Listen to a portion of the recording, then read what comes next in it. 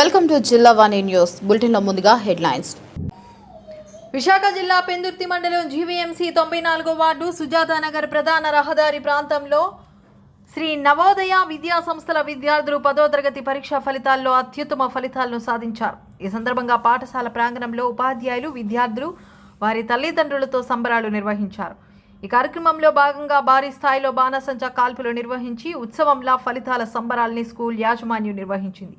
ఈ సందర్భంగా శ్రీ నవోదయ విద్యా సంస్థల చైర్మన్ బొడ్డేటి మురళీ ప్రసాద్ ఉత్తమ ర్యాంకులను కైవసం చేసుకున్న విద్యార్థులను పుష్పగుచ్చాలతో అభినందిస్తూ ఆశీస్సులు అందించారు. ఈ కార్యక్రమంలో భాగంగా ఆయన మీడియాతో మాట్లాడుతూ ఒత్తిడి లేని విద్యాభ్యాసం అందించడం ద్వారా ఈ ఫలితాలను సాధించగలగమని తెలిపారు. ఆరంభించిన మొదటి సంవత్సరమే అఖండ విజయాన్ని సాధించడం తమపై మరింత బాధ్యతను పెంచిందని పేర్కొన్నారు.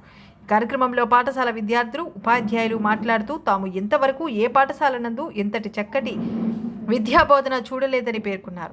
కార్యక్రమంలో విద్యా సంస్థల కార్యదర్శి రాము, డైరెక్టర్ విశ్వకీర్తి, భవానీ తదితరులు పాల్గొన్నారు. హృదయపూర్వక ధన్యవాదాలు.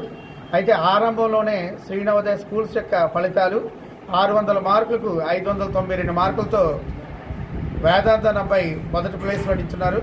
అదేవిధంగా 600కి 589 మార్కులతో ఆయుష్మాన్ అనే అబ్బాయి రెండో ప్లేస్లో నిల్చోవడం, అలాగే 600కి 559 మార్కులతో మనోహర్ అనే అబ్బాయి మూడో ప్లేస్లో నిల్చోవడం మాకు చాలా గర్వకారణం ఉంది.